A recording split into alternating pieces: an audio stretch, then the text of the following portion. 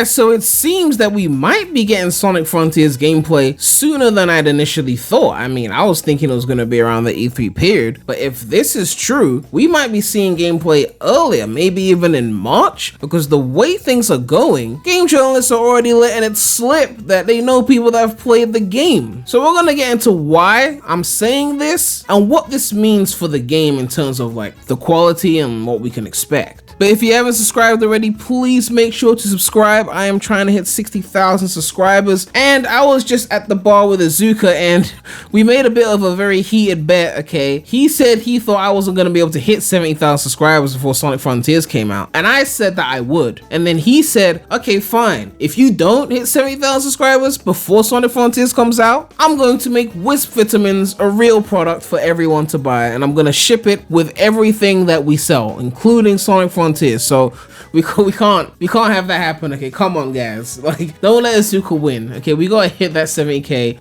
I don't want no Wisp Vitamins, okay? Maybe Chow Vitamins, but no Wisp Vitamins, okay? But anyway, the initial point of this news goes back to a tweet here, and it says here, I don't know if this guy is a trusted news source or not, but according to him, Sonic Frontiers was shown off to a private group of people behind closed doors and has received very positive reception. People who saw it also said that it was really impressive, and I'll play the clip right now. This is what I heard, that this game is super impressive. Like, I don't know the quality of the trailer, like notwithstanding, I heard that this thing could be cool.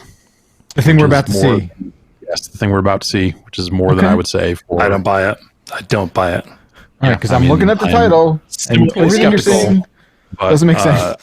I heard it has shown very well behind the scenes. So basically this is taken from Giant Bomb's YouTube channel, and they are game journalists. They got their own website. Their website's doing millions of views every month. Like, they are legitimate game journalists, and they were just reacting to the trailer reveals of the Game Awards 2021, which is where we got this Frontiers trailer. And in that, before they even watch the trailer, they basically mentioned that we know some people that have tried this thing already, and we're hearing good things. Apparently it's very impressive. So obviously game journalists have got game journalists friends. Maybe they know some people got more clout, maybe people that work at IGN or GameSpot. Apparently Giant Bomb was started by people that used to work at GameSpot, I don't know. But they obviously got the clout to know certain people, and they could have said a few things behind the scenes, you know, behind closed doors, and be like, hey, we tried out that new Sonic. It was kind of lit though, it was kind of lit. I mean, I doubt he's talking about the leaks. When he says, oh, well, apparently it's very impressive, he can't be talking about the 4chan leaks about the game, because let's be real, like, the leaks were probably going harder on the game until they were like, yeah, it was not all that, you know, the leaks were ruthless as fuck. So the journalists, if they're saying it's amazing, I'm not gonna say because the journalists are saying it's amazing, then that means it must be amazing, right? Because these game journalists, we know that they have different tastes to the rest of us gamers, you know. They might just say it's amazing because it's open world and easy. That's all it takes for them. I don't know, right? We don't know who these particular game journalists are and why we should trust their opinion as gospel, right? Like, again, with this Sonic Frontiers game, I made a video talking about good and bad ideas for the open world, and I've been saying this since the first Frontiers discussion, since the trailer reveal, that they have to make a world that feels like it belongs to Sonic, that Sonic can traverse through, but other characters would have a harder time traversing through because it's not built for their moveset. It can't be generic Breath of the Wild copying and then just expect it to feel like it's Sonic, right? And that's the thing I fear with this game. Are they just going to make it more generic, closer to all the other open world games, instead of making it distinctly Sonic, so it's easier for people who play those other games to get into, while alienating those of us who want a more Sonic-y, momentum-y experience? These game journalists who may have played it already behind the scenes, which, I mean, it's not really a surprise that they played it, because I mean, if the leakers have played it, and we already verified a lot of those leaks were true, if they were playing it from like 2019, 2020, then it's clear that journalists must have tried it out by now. But if these journalists are saying they like it, do they like it because it feels like Sonic, or is this journalist or journalists with their opinions just like, oh, I liked Breath of the Wild and this kind of feels like that will scratch that Breath of the Wild 2 itch, you know, while we're waiting for it, you know, because there's a good chance that Frontiers might come out before Breath of the Wild 2. Apparently there's little rumblings that Breath of the Wild 2 may get delayed into 2023, you know, Nintendo value that quality. So if Breath of the Wild 2 does get delayed into 2023, I think the journalists are gonna go very easy on Frontiers just because it's gonna scratch that itch. They're gonna be like,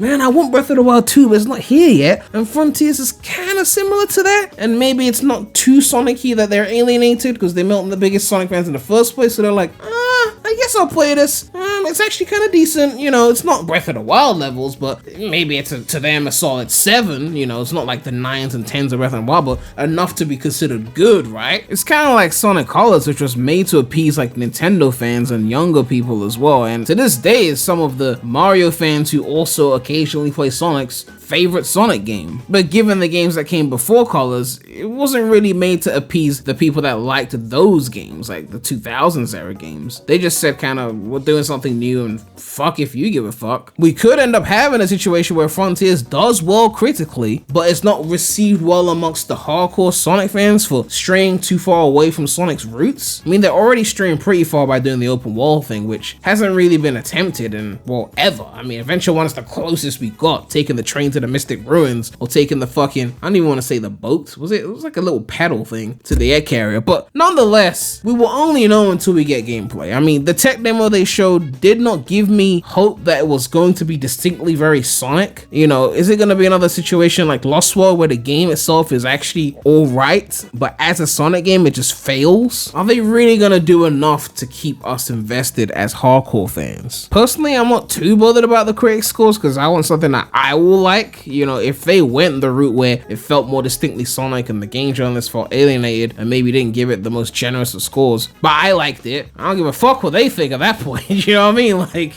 you know, but I don't think they would actually do that. You know, I think they need to learn how to strike that balance of being able to appeal to the piss easy journalists who don't want anything challenging versus those of us who want something that is more true to the roots of Sonic. I mean, look at Sonic Heroes, right? Greatest game ever created, of course. They put the Team Rose in there for the people who were just starting out, who sucked at video games. And look, I sucked at video games when I was a kid. You know, like Team Rose was the first team I beat because I was stuck on PowerPoint and Team Sonic. So Team Rose served its purpose, but eventually we graduated to superior and more difficult teams like Sonic, Chaotix, and Dark. But if this game only just picks one lane, then it's gonna be a problem. They have to have that momentum. They have to have that Sonic feeling level design. It has to have real challenge. And if they want to find ways to make it easier for those who suck, then they can do that, but it has to be optional. It can't just be a one-size-fits-all situation. Like, I mean, Forces tried to do the hard mode thing, but what was it? Like, oh, you actually lose all of your rings when you get hit, as opposed to like some in the normal mode. Like, oh my god, real challenging, guys. That used to be the normal mode. Anyway, man, there's not really much I can say as to whether you guys are gonna get hype or not be hyped for Frontiers as of right now. It all depends on one question. Do you believe in Sonic Team Up the Forces?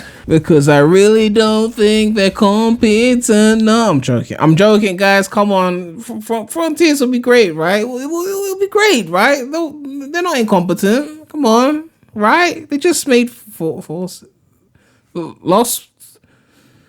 But anyway, man, let me know what you guys think about this situation. It seems game journalists are already playing Sonic Frontiers and apparently they are enjoying it, but their opinions are based on their tastes and I don't know who the journalists are, so it's not enough for me to get hype, but it is interesting to take note of, and it does lead me to believe that we might be getting the gameplay around that March-ish period, and meaning we might not have to wait until the E3 period to get our first gameplay. Do you believe that the game journalists are right and this will be a masterpiece or a great game or a pretty amazing game? And do you think that we are still fucked critically if the game comes out after Breath of the Wild 2 instead of before? But yeah, make sure to like, comment, subscribe, hit that bell.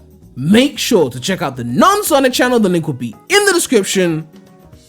But that's all I have to say right now. So, Premy out.